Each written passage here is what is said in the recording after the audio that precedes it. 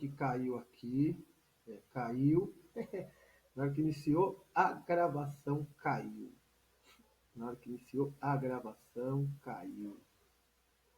Vou ingressar a reunião. Estou voltando.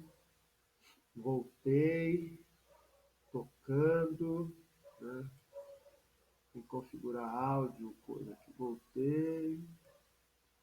Eu voltei. Voltei para ficar. Tarará. Travou, né, gente? Voltei, eu voltei. Eu voltei. Voltei, gente, eu voltei. Eu só não sei se eu estou aí funcionando direito, né? Voltei. Vocês estão me ouvindo? Conseguem me ouvir? Alô, alô, alô, vocês me ouvem? Vocês me ouvem? Isso, pelo menos alguém. Obrigado, se manifestaram. Agora vocês também conseguem me ver. Aí, tá vendo? A gente começou a gravação, o negócio aqui se revoltou e me derrubou, tá vendo? Mas vamos lá. Com fé e coragem em Deus, nós vamos conseguir. Vamos começar aqui, ó, página 8, então. Só para a gente relembrar, enquanto eu vou compartilhando aqui a tela com vocês, se não cair de novo, né? Nós estávamos falando sobre a dominação dos Estados Unidos, né? Como os Estados Unidos, então, passam a dominar aquilo que vai ser o mercado internacional, a adoção do dólar. Então, nós falamos aí dos tratados de Bretton Woods, nós citamos vários acontecimentos, né, desregulação do mercado, né, americano, a adoção do dólar como moeda internacional. Tudo isso daí vai tornando, né, ou fazendo dos Estados Unidos a grande economia. Né? Os acordos de Bretton Woods, então, consolidaram a centralidade dos Estados Unidos como economia dominante mundial, e a partir disso daí, os Estados Unidos passam, de certa forma, a reger, né, a toada da economia. Então, a economia ela passa a ser, de certa forma, regida aí pelo domínio norte-americano. Então, esse domínio materializou-se na adoção do dólar como moeda internacional, padrão de todas as trocas, né? Também o dólar ele foi escolhido, mas eu coloquei aqui na realidade imposto como uma moeda comum às nações capitalistas e passou então a ser essa referência no intercâmbio aí. Com base nisso, né, foi a última coisa que eu falei com vocês, com base nisso, todos os países capitalistas passaram a estabelecer os valores de suas moedas nacionais em relação ao dólar, que é aquele comparativo. Até me lembro, acho que foi com vocês, na sala de vocês, que o dólar, a semana que a gente estudou, ele estava quase 5,70. Né? Então, assim, essa variação do dólar aí. Então, era muito importante. Esse dólar vai ser comparável com outras moedas. E aí, para que você saiba cada valor da moeda hoje, nacional, você precisa ter, então, uma quantidade de reserva. Desculpa aí o barulho. Né? Você precisa ter uma quantidade de reserva. E essa reserva, ela tem que ser o dólar. Né? Então, o dólar ele passa a ser essa reserva monetária. Quanto mais dólar o país consegue obter, né, maior reserva este país terá. E aí são, logicamente, que você tem meios e caminhos, né, que você utiliza para a obtenção desses dólares. Né? Vender produtos mais baratos ou em tecnologia e assim por diante. Né? A gente tem, sabe. E a gente falou um pouco sobre a ideia do câmbio flutuante, né? Que é esse câmbio que ele acaba determinando aqui o valor do dólar. Né? Significa qual é o valor dessa moeda em comparação à outra. E ela vai flutuar durante o dia. E alguém poderia perguntar para mim, né? Professor, como é que ele flutua? Ele cria asas, né? E sai voando aí pelo céu?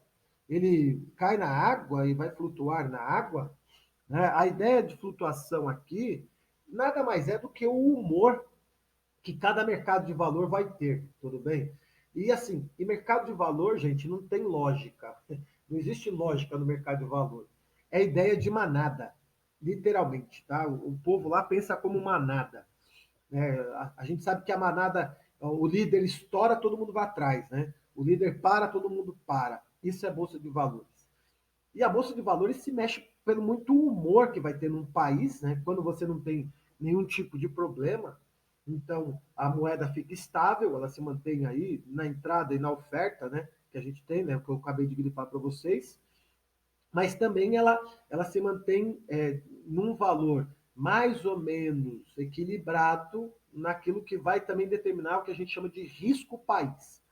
Né? O que é o risco país? É um grau que o país tem para ser investido. Ou seja, se o risco país é alto, o país é tido como caloteiro. Se o risco país é baixo, o país é tido como um bom pagador. Isso aí determina os juros. Em países que o risco é alto, nós temos um câmbio que ele acaba flutuando muito mais, um mercado muito mais instável. Por quê? Qualquer sinal de instabilidade interna leva então o mercado a, né, subir e descer. Vamos nos exemplos que a gente pode ter também. Isso internamente. Externamente, se ocorre alguma coisa. Pensemos nos atos estadunidenses que estão acontecendo aí esses dias por causa da morte daquele cidadão norte-americano, Floyd, né, George Floyd, né, que foi morto de maneira brutal, né, não tinha nem que se pensar. Não sei se vocês estão acompanhando aí as notícias, né? Por exemplo, a autópsia cometida, feita em Floyd, diz que o Floyd morreu não porque o cara ficou com 9 minutos com o joelho no pescoço dele, mas foi porque ele tinha doenças mórbidas. E as doenças mórbidas que mataram ele. Então, só para vocês terem o absurdo que está lá. E aí as pessoas foram para as ruas, né, contra qualquer ato de racismo, né, que não é mais, não pode ser, não tem mais que ser existente, apesar que existe, tanto lá como cá, aqui também. Mas as pessoas estão na rua. Né? E aí o que acontece? Esses atos, muitas das vezes, refletem também nos mercados financeiros.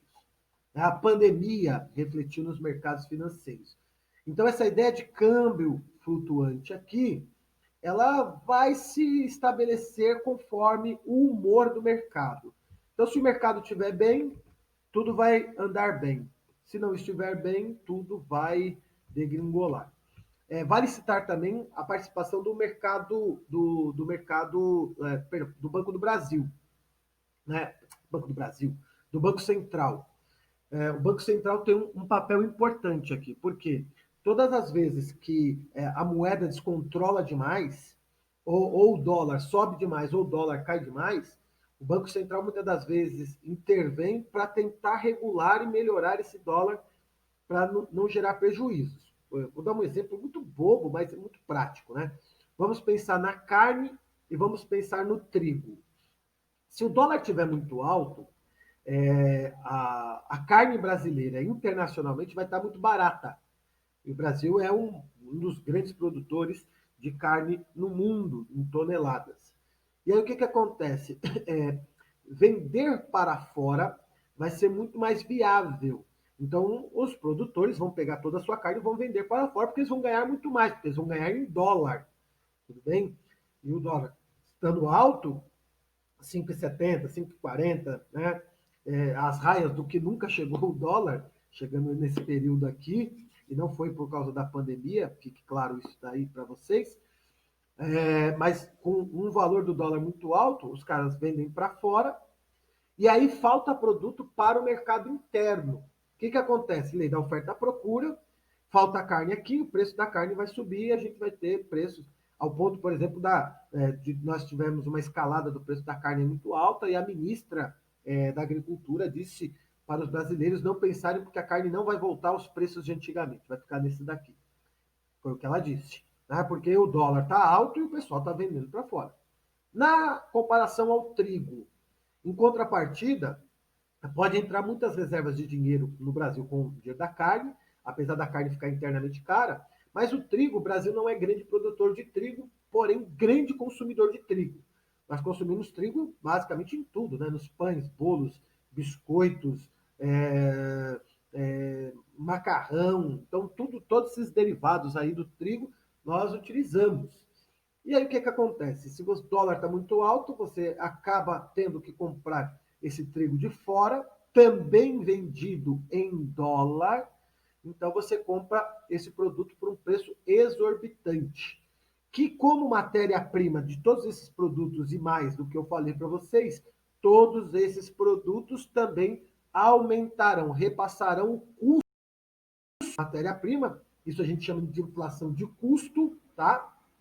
A matéria-prima está mais cara, então esse preço é repassado também aos produtos. Esses produtos que eu falei compõem uma cesta, mais ou menos que a gente chama de cesta básica, cesta de alimentos básica, e eleva então o preço de toda a cesta, e aí a gente tem uma elevação na inflação. Tá? Então, só para vocês terem um caso muito básico aí de como funciona a economia, né? Se tem dois casos muito básicos, e todos os dois casos vão forçar a inflação, né? Vão forçar os preços a subirem. Se o preço sobe, descontrola, é inflação. Essa inflação vai ser repassada às pessoas comuns que vão ver o seu poder de compra sendo diluído. Ou seja, de um mês para o outro, aquela quantidade de dinheiro que você gastou no mês passado não vai servir para você gastar nesse mês. Então, se alguém fez uma compra hipotética aqui de R$ 100 no mercado e trouxe um carrinho cheio, no mês seguinte, nessa mesma conta hipotética, ele vai ter que, para esse mesmo carrinho cheio que ele trouxe, ele vai ter que dispor aí de vamos pensar aqui, R$ 150. Aí é num caso descontrolado, tá? R$ 150. Ou seja, ele teve uma inflação de um mês para o outro de 50%. Ah, isso é só, estou só citando casos para vocês. Tudo bem? Então, o Banco Central, muitas das vezes, ele entra para tentar regular isso daqui e não permitir que o dólar fique tão flutuante como eles desejam aí, então. Página 8, então, vocês vão marcar para mim os dois últimos parágrafos dos Estados Unidos puderam desfrutar, tá? Em síntese, o considerável, então vamos lá. Os resultados, então, dos investimentos dos Estados Unidos foram o Plano Marshall, que era a tentativa de reconstruir os países europeus que estão aqui. Muito para quê? Para não deixar que ocorressem com eles a sua socialização. Né? Eles temiam que esses países destruídos pela Segunda Guerra Mundial pudessem sofrer também revoluções socialistas e se tornarem, então, países como foi a União Soviética e a própria Alemanha. Lembramos que a Alemanha estava aqui, no caso, né? A Alemanha Ocidental e a Alemanha Oriental. Então, o Plano Marshall ele veio com essa ferramenta, né? Com esse estilo, tentar impedir que esses países pudessem caminhar para o socialismo. A partir das décadas de 50 e 60 de 1990, né? 1950 e 1960, os índices de crescimento foram acentuados, nós estamos falando aí de médias de 5% ao ano e 10% ao ano no Japão. Todos esses países que eu citei aqui sofrem a influência direta dos Estados Unidos. Tá? Todos esses países aqui. E aí, o último parágrafo da página 8 que vocês marcaram, em síntese, o considerável poder de compra, né, dos Estados Unidos naquela época estava associado ao seu poderio militar. Né? Um garantia o outro, um financiava o outro. Enquanto os Estados Unidos estavam, por exemplo, no Japão, enquanto os Estados Unidos estavam na Europa lá administrando, depois, lembremos, que os Estados Unidos vão entrar em guerra. Os Estados Unidos estão em guerra desde a Guerra de Secessão. É um absurdo os Estados Unidos. Na Guerra de Secessão, Primeira Guerra, Segunda Guerra, depois que acabou a Segunda Guerra, Guerra da Coreia, Guerra do Vietnã, né? Aí você tem outros conflitos, Irã, Iraque, depois você tem os Estados Unidos na Primeira Guerra do Golfo, na Segunda Guerra do Golfo, na Guerra contra o Afeganistão. Ou seja, os Estados Unidos estão em guerra desde o século XIX.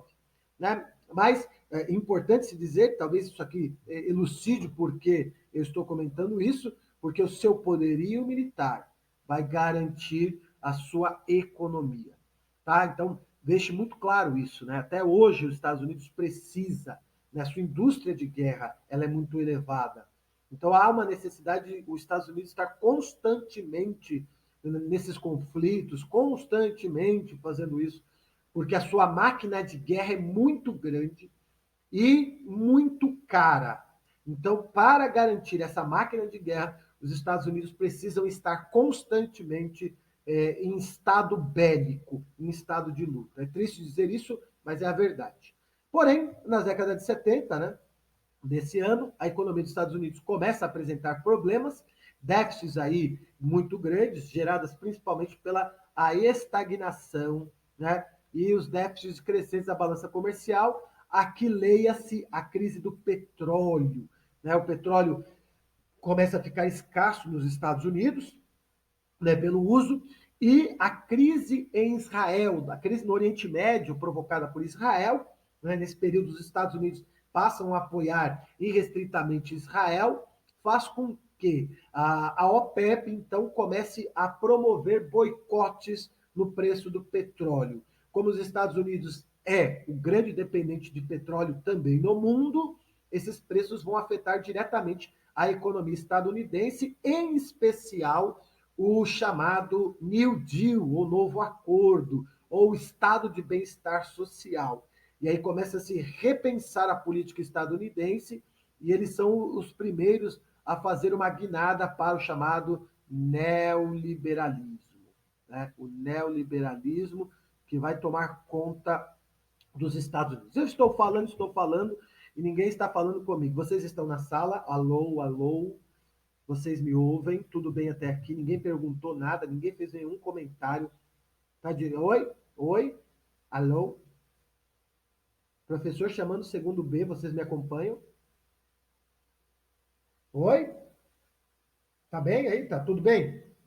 Ô, gente, me ajuda aí, gente. Eu tô aqui, não me deixem falando sozinho, por favor. Esse sentimento de loucura não pode ser tomado por mim, por gentileza. Página de número 9. Vamos lá, página 9. Página 9. Né? Página 9. Então, em 1971, né, vou até ler o texto aqui para vocês, em 1971, os Estados Unidos, do presidente Richard Nixon, promoveu uma ação unilateral que desconsiderou os acordos de Bretton Woods. Pode marcar esse parágrafo, gente. Para resolver suas dificuldades, esse governo desvalorizou o dólar e acabou com a vinculação de sua moeda ao ouro. Né? Além disso, foi estabelecida uma taxa adicional de 10% sobre os produtos estrangeiros importados. Com essas medidas protecionistas, os Estados Unidos combateram diretamente a concorrência comercial das mercadorias japonesas e dos europeias. Os fabricantes estadunidenses obtiveram, assim, vantagens significativas na disputa pelo mercado interno e estrangeiro. Tá? Então, alguns pontos que a gente precisa ver aqui, né, são esses aqui. Então, que vai seguir aqui a página 9, tá? A interdependência, então, econômica dos países teve início após a guerra e a crise da década de 70 leva a algumas mudanças. Alguns podem lembrar, né, nós já estudamos isso, a década de 70 marca o predomínio do toyotismo sobre o fordismo. Né? A ideia de produção de massa não mais é viável na produção, porque você produzir demais e não ter para quem vender gera prejuízos. E aí o toyotismo, né, essa prática que vai começar no Japão, né, nas empresas da Toyota, aonde você produz só o essencial, just in time, você não gasta o que está além, né? Tudo isso marca, então, a produção flexível, né, do mundo, e isso vai fazer com que o Fordismo norte-americano, né, essa ideia de muita produção, muito consumo, não consiga mais resolver os problemas que os Estados Unidos têm. Isso vai prejudicar lentamente a sua economia. Somado a isso, nós temos o choque do petróleo, que eu acabei de comentar com vocês, tá? 1973 e 1979, aumento exorbitante do preço do petróleo, em razão de tensões geopolíticas aqui. 73 foi a Guerra de Yom Kippur, ou a Guerra do Dia do Perdão, e 1979 foi a Guerra Irã-Iraque, guerra que durou, a Guerra do Yom Kippur dura um ano, né? Com reflexos para o ano seguinte. Mas a Guerra do Irã-Iraque vai de 1979 a 1989. Foram 10 anos aí. Então, os choques de petróleo vão ser. Qual é a saída que o Richard Nixon, então, vai encontrar para essa crise? Começo aí a adoção, então, das políticas neoliberais. Ele começa aí com uma política neoliberal, mas principalmente, né, a desvalorização do dólar, que nós lemos aqui, medida unilateral. Lembra que eu disse para vocês que se o dólar é reserva monetária, quem tem o dólar pode ditar o preço do dólar, né? Alguém vai dizer, pô, mas professor, isso é eticamente incorreto. Mas se você é o país dono do papel, você está ligando se vai ser correto ou não? Você vai pensar na sua economia. O que ele vai fazer? O Richard Nixon, então, a desvalorização do dólar em 71, né? Desvincula também o dólar com o ouro, agora é só o dólar, não mais o ouro, até então persistia aqui. E, além disso, a sobretaxação desses produtos que vêm de fora, né? Você sobretaxa qualquer produto aí em 10%, o que a gente chamaria de protecionismo alfandegário. Essa sobretaxação de 10% aumenta o preço dos produtos estrangeiros e garante, então, aos produtores internos um certo privilégio ou uma certa vantagem em compensação aos produtos estrangeiros.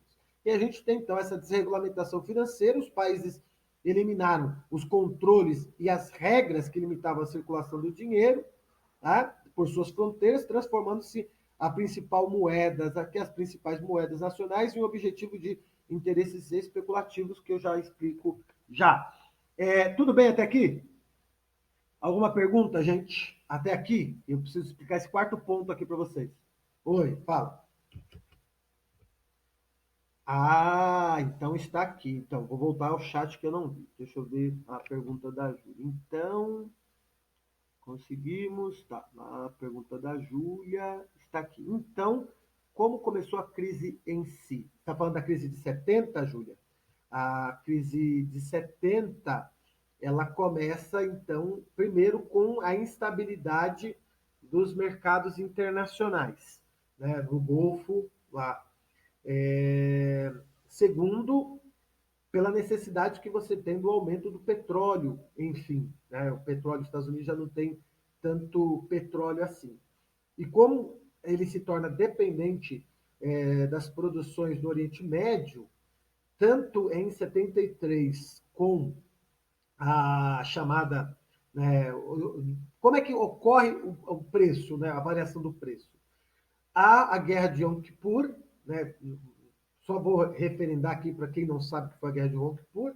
Yom Kippur é o feriado nacional mais importante dos judeus hoje, que é o chamado Dia do Perdão, no qual eles acreditam que Deus os havia perdoado e trazido eles de volta da escravidão lá na Babilônia. Então, é um dia de comoção geral, é um feriado nacional. E os árabes, liderados pelo Egito, invadem Israel no dia do feriado, em 1973. Israel tem grandes baixas, né? Baixas assim voltadas às décadas aos primeiros anos, né? Dos primeiros meses da guerra, né? Porque foi pegado, ele não estava preparado para a guerra. E aí ele tem uma reviravolta, né? Essa reviravolta Israel consegue vencer e é apoiado pelos Estados Unidos. A Liga Árabe, não aceitando essa última derrota, principalmente porque Israel vai destruir o Egito, basicamente, a Cisjordânia, dominar o deserto do Sinai, as colinas de Golã na Síria. Israel vai fazer uma grande devassa ali na região do Oriente Médio. Os árabes, que estavam ligados, principalmente por serem produtores de petróleo, eles então vão fazer um boicote aos Estados Unidos que apoiavam Israel. E aí eles travam a produção, né, produzem muito menos, e o preço do petróleo então explode naquele momento. Qual é o problema que se tem? Estados Unidos era completamente dependente do preço do petróleo, né? Está estável, e isso desregula os preços do combustível internamente e desregula tudo, porque lembre que tudo se faz com petróleo, né? Tudo, plástico, pneu, tudo, você usa petróleo para fazer. Se você desregula o preço desse petróleo, isso explode diretamente no produto interno, nos seus produtos internos, e gera uma inflação muito alta, descontrolada, e também derruba a sua economia. Então, a crise do petróleo começa com esse conflito, isso, e depois acentua-se em 79, também, quando em 78, no Irã, nós temos a Revolução Xiita, né? E os Estados Unidos incentivam o Iraque a entrar em guerra contra o Irã na tentativa de derrubar o Ayatollah Khomeini. Professor, então você está dizendo que foram os Estados Unidos que armaram o Saddam Hussein para o Saddam Hussein? É isso, exatamente. Não só Saddam Hussein, mas toda a desgraça do mundo passa pelos Estados Unidos. Tudo politicagem. E toda a desgraça do mundo passa pelos Estados Unidos.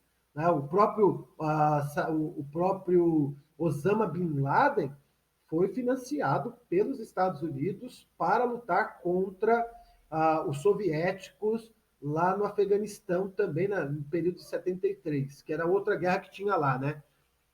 O Vietnã foi a pedra no sapato dos Estados Unidos, o Afeganistão foi a pedra no sapato da União Soviética, né? Mas aparece aí, então, em 73, no caso, o Saddam Hussein. Não, Saddam Hussein não, o Bin Laden. Então, só para vocês verem aqui, eu estou só relembrando rapidamente aqui para vocês verem a situação da década de 70, né? Então, por isso que o preço do petróleo você tem uma crise financeira gigantesca, né? Porque o Oriente Médio está no parafuso, né? E o Oriente Médio era o grande produtor de petróleo no mundo. E tudo isso vai causando, então, esse momento de desregulação que os Estados Unidos provocam na economia. Página de número 9, causas do atual cenário econômico. Vocês podem, então, marcar aí, né? A globalização econômica significa a integração e interdependência, né? Vocês podem acentuar o que está em bege aí. Marca o que está em bege aí, que está os 4 pontos aí. Mudanças decisivas ocorridas no toyotismo, choques do petróleo, desvalorização do dólar estadunidense, e esse último 4º ponto que eu vou falar agora. A desregulamentação na circulação do dinheiro, né? A desregulamentação financeira, né? Ou seja, na circulação do dinheiro pelo mundo, que se tornou uma espécie de mercadoria como qualquer outra, moedas podem ser compradas e vendidas livremente pelos mercados, isto é, pelas praças financeiras ao redor do mundo, comandadas pelas grandes empresas de investimento e especulação financeira. Ou seja, o dinheiro agora se torna em uma mercadoria, principalmente o dólar. O dólar hoje é uma mercadoria. Então, sejam investidores, sejam países, sejam empresas, muitas das vezes que estão no mercado de valor, elas estão também em busca, por exemplo, do dólar. O dólar ainda é, para eles, essa, de certa forma, coisa estável aí. Então, já citei o Richard Nixon para vocês, tá? Que ele promove essa ação unilateral, desvinculação da moeda, os 10% aqui, com essas medidas protecionistas, os Estados Unidos combateram diretamente aí os japoneses. Vamos começar? Deste modo em diante, todas as moedas passaram a depender da lei da oferta e da procura.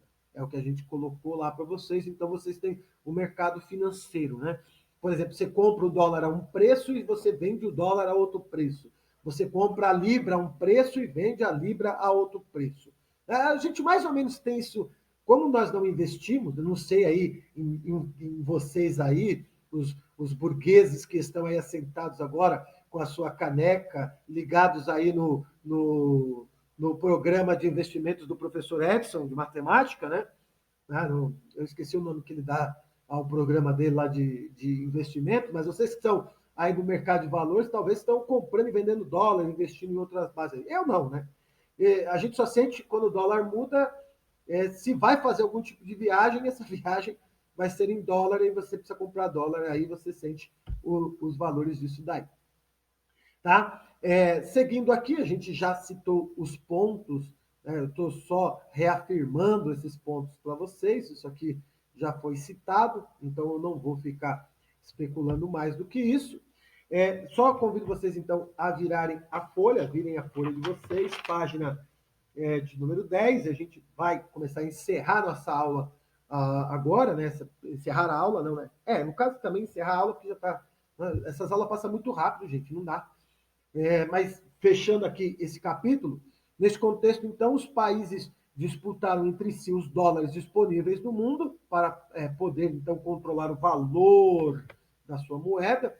Ou seja, se você tem grande reserva. É o papel, por exemplo, dos bancos centrais. É o que eu disse para vocês. O que acontece? Quando a moeda sobe demais ou cai demais, o Banco Central ele faz alguma coisa. Ou ele investe ou ele compra. Então, ele tenta meio que regular. Para muitos economistas, essa intervenção do Banco Central, principalmente economistas neoliberais, eles entendem isso como ruim. Eles vão dizer, não, tem que deixar o barco rolar, deixa aí subir o dólar, que não sei o que, essa farra de empregadas aí indo para a Disney, né? Queria saber qual empregada que consegue ir para a Disney. Tudo bem, mas vamos lá. Mas essa farra aí, não, o mercado tem que se virar sozinho. Outros economistas mais conservadores, eles falam não. Né? Em bem a economia de um país, o Banco Central precisa sim intervir naqueles momentos. Aí. Então, né, cabe uma parte aí. Então, a corrida pelos dólares. Quanto mais dólares você tiver, melhor, mais estável vai ser então a sua moeda e concomitantemente a sua economia, porque você consegue controlar a inflação. Além desses dólares, nós temos outros aqui também. Nós temos os famosos petrodólares, né? Dólares aí que são conquistados a partir do refinamento do petróleo, né? E os eurodólares, né? A moeda que vem de fora, no caso, as moedas que vão ser compradas ali na Europa, que poderiam financiar a produção industrial ou agrícola de uma economia. A fim, então, de facilitar a entrada e a saída de dólares, os países passam a eliminar o controle e as regras que limitam a circulação do dinheiro. Esse nome nós damos de desregulamentação financeira. Tá? Você desregulamenta completamente a sua economia. Página 10, marca em segundo parágrafo, terceiro parágrafo e o quinto parágrafo. Segundo, terceiro e o quinto. Seguindo então aqui, concedendo então maior liberdade ao capital, seria possível evitar colapsos das economias que já passavam por sérios revés em 1970, que se somavam àqueles derivados do choque do petróleo. Um desses problemas era a necessidade de financiar os crescentes déficits públicos que eram provocados pelo chamado estado de bem-estar social. Déficit público aqui, gente, é saúde pública, educação pública, infraestrutura. Então, o neoliberalismo vai dizer que é o seguinte: o Estado não tem que se meter nada com isso. Educação, saúde, tudo isso tem que ser na mão privada. O restante do Estado, o Estado deve apenas garantir para os neoliberais radicais segurança e infraestrutura no mínimo. O resto, tudo tem que ser privado. No caso aqui, países que ainda têm um sistema de saúde, um sistema de educação, né, que vai desde do primário até a universidade, acabam tendo determinados gastos aí. Não há nenhuma pergunta aqui, então eu posso seguir, tenho 3 minutos para fechar. Então, para atrair dólares, os governos nacionais oferecem taxa de juros. Né? Volta para o risco país.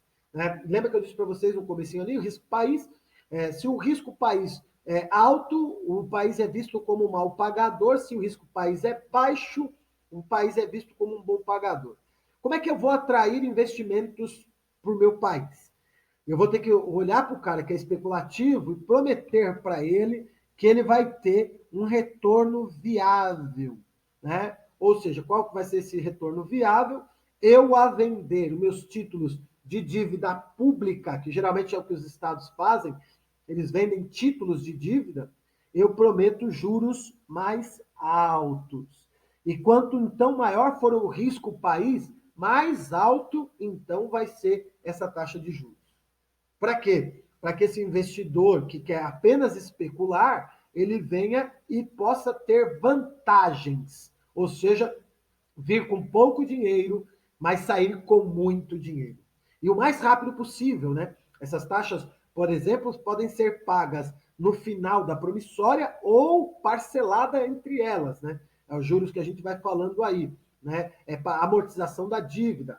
No caso, por exemplo, o Estado vende um tanto, diz assim, ó, eu vou pagar você em 10 anos e ofereço juros tanto ao mês, e se esses juros variar, você ganha mais ainda. E aí, então, fica a famosa dívida, né? O pagamento de juros da dívida, que na política, né, principalmente quando nós temos eleições, o pessoal aparece dizendo isso. Né? O Brasil só paga juros da dívida, o Brasil não paga dívida, só juros da dívida. Né? Que aí são questões voltadas a esse ambiente econômico. Em resultado disso, as operações financeiras, então, tiveram oportunidade de grande ganho, e as principais moedas nacionais se tornaram objeto de um intenso interesse especulativo, tá? Que é a desregulação do mercado.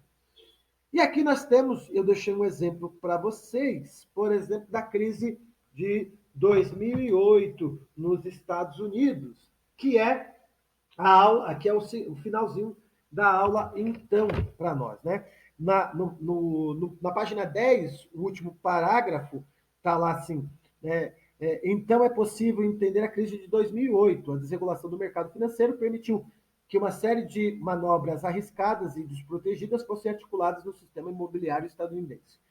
Esse filme, se você não assistiu A Grande Aposta, assiste esse filme que conta a história de um economista, né, de um cara de Wall Street, que ele percebe o que está acontecendo na economia e ele fala, vixe, isso vai dar um grande problema, um problemão, e ninguém acreditou nele. E aí ele fez o quê? Ele começou a comprar ações, ele começou a tirar, jogar de outro lado, e aí quando todo mundo quebrou, ele saiu bem na parada. Mas vale assistir, é um excelente filme, tá? É um filmaço, muito bom mesmo. Eu nem sei se tem no Netflix ou na Amazon Prime, nos canais que vocês têm aí, mas o nome do filme é A Grande Aposta, pode assistir. Como é que começa então a crise nos Estados Unidos? Eu deixei aqui para vocês. Primeiro, nós temos os imóveis, né? Com os juros baixos e o crédito farto, o preço dos imóveis então tiveram forte valorização, que é o encorajamento, né? O que a pessoa faz então? O mutuário aqui, ele fazia, nos Estados Unidos tem o nome de, ai Jesus Cristo, como é que é o nome que ele dava? Hipoteca, né? Então ele vendia. O que é hipoteca? A hipoteca nada mais é do que você colocar a sua casa à venda. Ó, a minha casa está aqui, eu preciso de um empréstimo. A minha casa, ela é então o meu grau de segurança. Se você não pagar o empréstimo, você pega a minha casa, tá bom? Então eles começaram a fazer isso. E como o crédito estava farto, ninguém controlava esse crédito nos Estados Unidos, ou seja, você poderia, por exemplo, hipotecar 100% da sua casa. Olha que absurdo, né? Porque até então as hipotecas eram de um percentual da casa. Agora hipotecou 100%.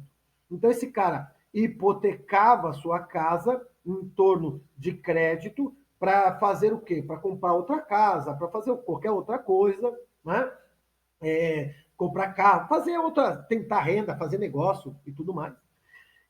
Esse cara que comprou essa casa, então ele tem esse título hipotecado, ele vai para o mercado de valores e começa a lastrear essas dívidas, ou seja, olha, eu tenho um monte de hipoteca, se o cara não me pagar, eu posso tomar a casa dele, a gente vai ganhar dinheiro com não sei o quê. E os investidores começam, então, a comprar essa hipoteca. Né? Tá tudo bem, os juros começam, então, a aumentar. Não. Então, para captar dinheiro, os bancos criam instrumentos financeiros complexos, chamados títulos de lastreamentos em hipotecas, e vender esses títulos para outros titulares. Ou seja, ó, eu tenho uma dívida, mas essa dívida eu vou receber, porque o cara me deve. Eu passo essa dívida para você e você me dá dinheiro. O investidor vinha, dava dinheiro para o banco repassava, então, a dívida para eles. Conforme você tem literalmente aí uma crise no capital, porque assim o capital ele é cíclico, tudo bem? Ele vai girando, então tem hora que ele está lá em cima, mas tem hora que ele está lá embaixo. Numa dessas baixas, os juros altos e a queda dos preços começou a falir mutuários. O cara não tinha dinheiro para pagar a hipoteca. O banco ia e tomava casa. Só que chegou uma hora que começou a tomar tanta casa e tinha tanta casa no mercado que o preço da casa caiu e as hipotecas então não valeram nada. O que aconteceu com o banco? O banco quebrou, com ele os investidores quebraram, todo mundo chamou quem para ajudar? O governo. Ou seja, na política capitalista, você nacionaliza, você privatiza os ganhos, mas nacionaliza os prejuízos, né? Porque é o governo que teve que pagar. Aí eu coloquei o exemplo que está no material de vocês, né? Assim, supõe um país A resolve elevar a taxa de juros, essas taxas atrairão capitais B, que né, serão aplicados, o país B, então, por sua vez, sai perdendo, pois a atividade econômica interna é reduzida com a migração desse dinheiro. Dessa maneira, a decisão tomada por A sempre terá repercussões em B e vice-versa. Beleza, gente? Dúvidas aí? Ufa, falei bastante. Dúvida, gente? Alguém tem alguma pergunta? Deixa eu tomar uma água aqui. Alô, alô? Alguém me acompanha? Vocês estão comigo? Todo mundo saiu da sala, né? Ninguém mais falou comigo. Alô? Oi? Eu não, então, obrigado por aparecer uma alma caridosa. Né? Estourei 5 minutos aí. Gente, se não tem nenhuma dúvida, nenhum problema,